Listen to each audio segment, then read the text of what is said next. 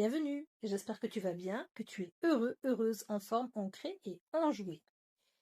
En juillet, le battleur. Cela nous dit « Je démarre enfin moi-même ». Ce n'est pas anodin.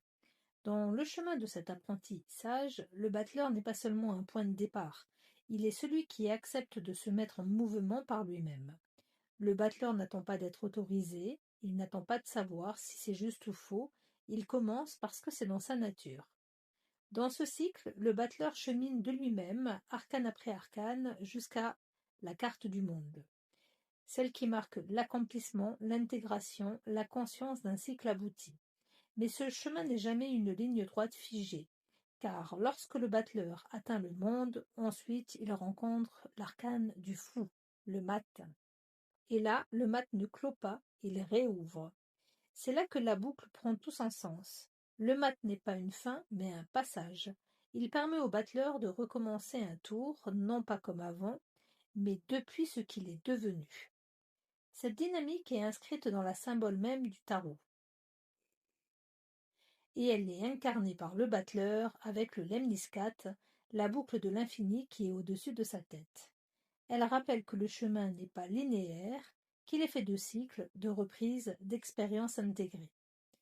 Ainsi, dire « je démarre enfin moi-même en juillet », c'est reconnaître que ce nouveau départ n'est pas naïf.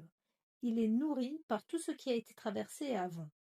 L'écoute, la transformation, la bascule, la vérification, le départ conscient. Le battleur de juillet ne joue plus à commencer, il commence en conscience. Il sait qu'il ira jusqu'au monde, puis qu'il rencontrera le mat, et il sait surtout que recommencer fait partie du chemin. Ce n'est pas un échec.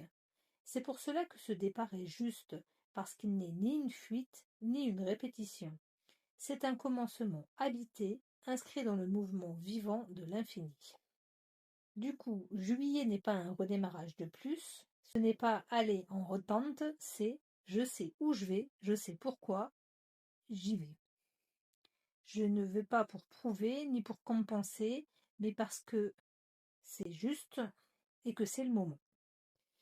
Du coup, pour accompagner l'arcane majeur du battleur avec mon bon vieux Histoire de sorcière, c'est présenté pour ce mois de juillet 3 cartes qui sont l'arcane du mat, l'arcane des amoureux et le 3 de coupe. Et voici le clin d'œil de nos guides avec cette carte du mat. La carte parle d'élan, de vie, de confiance, de dépassement de nos peurs. On le voit avec le chat qui est sur le dos de ma sorcière. Il a l'air terrorisé, sa queue est dressée, il s'accroche de toutes ses pattes. Elle avance, elle fonce vers la falaise sur son balai. Et elle sait qu'elle va s'envoler. Pour elle, c'est une certitude, elle n'en doute pas. Peut-être qu'elle n'a même jamais essayé, peut-être que c'est sa première fois, mais on la voit confiante et heureuse. Et si on regarde bien cette carte, la falaise surplombe l'eau.